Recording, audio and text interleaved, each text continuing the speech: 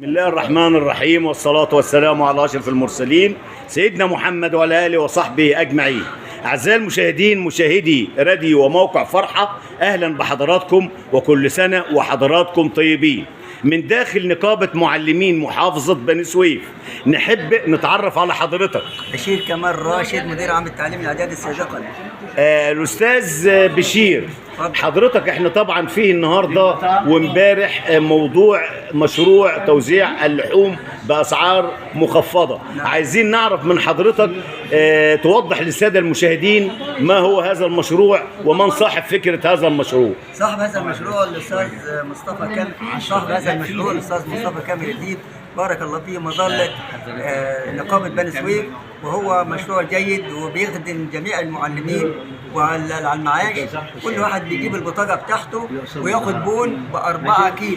شريطه كان يكون هو يروح عند الجزار يوصف منه وياخد منه اللحمه اللي هو عايزها.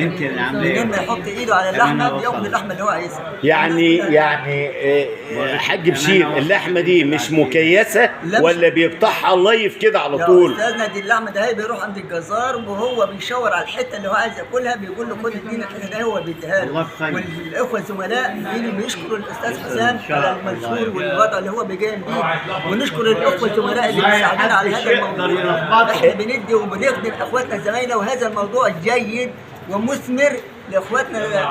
هذا الموضوع جيد ومثمر لاخواننا الزملاء المعلمين واللي على المعاش. السعر كام يا حاج بشير لو سمحت؟ 370 جنيه احنا بندعمه للمعلم. 370 جنيه. طب آلية الحصول على اللحوم ايه؟ نعم، يعني الآلية بتاع يعني كيف يعني بيوصل للحوم ازاي؟ يعني بيجي سعادتك المعلم او استاذ عماد عثمان، يجي هنا استاذ عماد عثمان ويجيب استاذ عماد عثمان وصورة الكارنيه، واحنا بنديله البون ونخدمه وياخد البون ويروح للاستاذ الجزار، هو بيديله اللحمه اللي هو عايزها. اللي عايز صباح كيلو عايز لحد 4 كيلو بياخد البون ده هو ويروح. ان شاء الله كل سنه وانتم طيبين، وحاجه جميله جدا يعني. استاذ بشير، احنا بنشكر حضرتك وكل سنه وانتم طيبين، وتمنياتي لكم بالتوفيق.